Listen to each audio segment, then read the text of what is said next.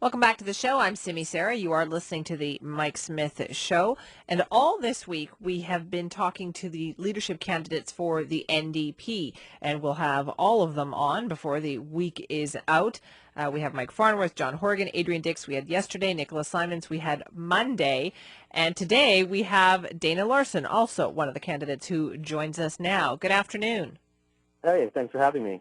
Anytime. Well, we're talking to everybody, and of course, everybody gets included. So we'll start with something very, very simple. Why are you running for the NDP leadership?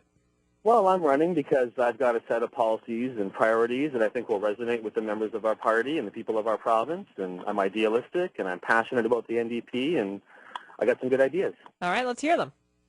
Well, I'm basing my campaign on 4 pillars: democracy, sustainability, social justice, and being smart on crime. I'd like to see our referendum system improved in the province so we have more direct democracy and easier to get items on the ballot. As part of my sustainability platform, I'm pushing to get rid of the fares off of our SkyTrain and public transit system to ensure that we maximize the use of those things. Social justice, I'm calling to roll back all the corporate tax cuts from 2001, which would pretty much plug the hole in our deficit.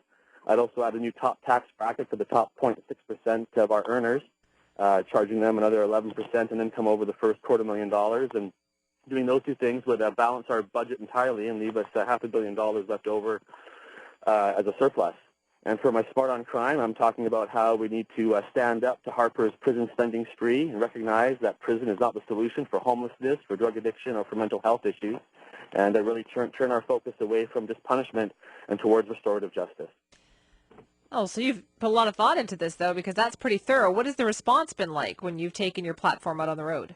I've had a really good response from people in the party. I think I'm bringing up some ideas that are important but that aren't really being discussed by the other candidates. I'm really running my campaign on these kind of policies and priorities and trying to run a really sort of ideological and optimistic campaign. So will you run for any kind of in any kind of riding or as an MLA in the next election, regardless of whether you win or lose? I certainly want to keep contributing to the NDP, and I think I have a lot to offer the party, but I think it's too soon right now to be making any other decisions. I just want to get through one campaign at a time. And so what are people telling you when you're out on the road talking to them? People tell me that they're thrilled that I'm running for the party, that they like what I have to say, and that they're thinking about voting for me. Well, that's interesting. Like, people are pretty cynical, wouldn't you say, about the political process? Well, you know, I've signed up people to the NDP who have told me they've never voted before, never joined a political party before, that they like what I have to say, that I've inspired them to get involved. And to me, that's what it's all about, having a message that resonates with people and makes them want to get involved and support you and get involved in the NDP. And do you think that's the way to do it, is to get people who haven't been previously involved before? Well, you know, we've had some tragically low voter turnouts in this province in the last few elections. And I believe that if the NDP brings forward a set of policies that are really idealistic and passionate and true to our grassroots, that we will motivate a great number of those non-voters to get out and vote for us. And I think that's what we need to win elections in this province. So Dana, what made you, when did you make the decision to get into this? What made you want to do it? Well, when Carol James stepped down, there was an opening, and I thought about my future in the party and what I had to offer, and I thought, heck, I've got some good ideas, and the NDP, we're a Democratic party, and any member has the right to run for leader, and so I thought I'd throw my hat in the ring and see what happens, and I've been very gratified with the positive response I've had so far. How active were you in the party before this? Well, I've been an NDP member for 8 years now, and I've been very active in my local constituency association, and I've also been active on the federal level. I go to a lot of NDP conventions across the country, and I've met thousands of New Democrats all across the country during my travels. You talk about raising taxes, though. That's not very popular with a lot of people. I don't think the average person would be affected by the kind of taxes I'm looking at changing. You know, when the Liberals did all these corporate tax cuts over the last 10 years, they promised it would increase corporate investment, that it would create a lot of jobs in the province. It did none of that. All their corporate tax cuts have done is to leave a huge gaping hole in our budget.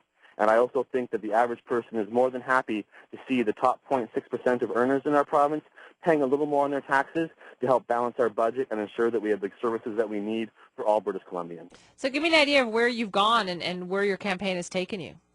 We've traveled around the province a fair bit. I've been on Vancouver Island for a while. I've been up in Prince George a couple of times. We were in Quesnel and Williams Lake over the last few days. I've also been in Vernon and Kelowna as well. And we've got a lot more traveling to come. And I expect to be all over the province by the time this campaign is done. And what's the number one thing that people want to talk about when they talk to you? Well, people are interested in a lot of different issues. A lot of NDPers aren't always aware of who I am, so they want to get an idea of what I stand for and what I'm pushing for. I'm certainly best known for my work as a cannabis activist and as the director of a nonprofit society that serves medical cannabis to people across the Lower Mainland. So I get asked questions about drug policy and cannabis issues, but I end up talking about a lot of different things. Well, do you think because you're a cannabis activist, are you concerned at all that perhaps some people won't take you as seriously as you would like them? I think some people think that I might be a single-issue candidate, but once they hear me speak and hear what I'm talking about, those ideas are quickly dispelled. But certainly cannabis is an important issue in this province. It employs 250,000 people. It's one of our biggest industries in British Columbia, and there's many, many thousands of British Columbians who use marijuana for medical use. So it is a key issue, and people are glad that I'm bringing it up. And what exactly would you do about it? Well, it's true that these are federal laws, but the province of British Columbia, we pay for the police, we pay for the courts, we pay for the prisons, and we pay the brunt of the social costs of putting people in prison who don't belong there. And as Premier, as a first step, I would claim provincial jurisdiction over the medicinal marijuana program.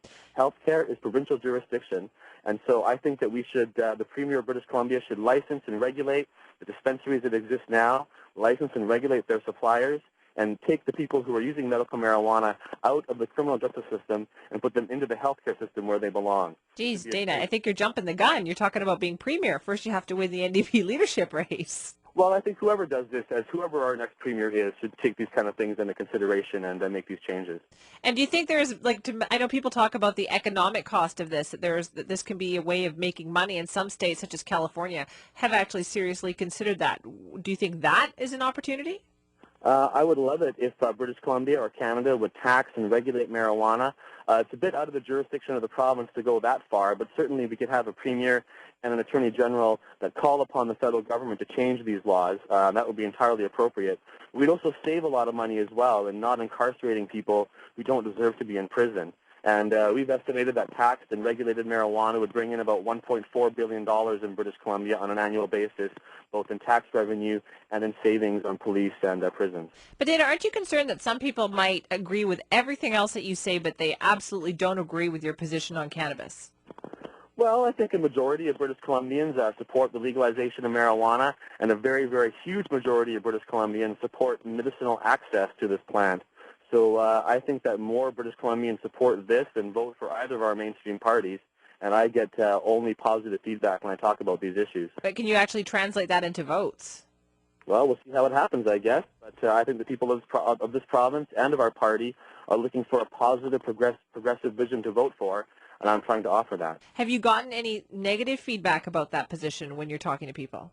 Nope, not at all. I think the members of the NDP and the people of our province are really ready for a new direction on drug policy and on marijuana policy in British Columbia. Well, we have some more questions for you, so don't go away. We're going to take a quick break. I'm Simi Sarah. You're listening to the Mike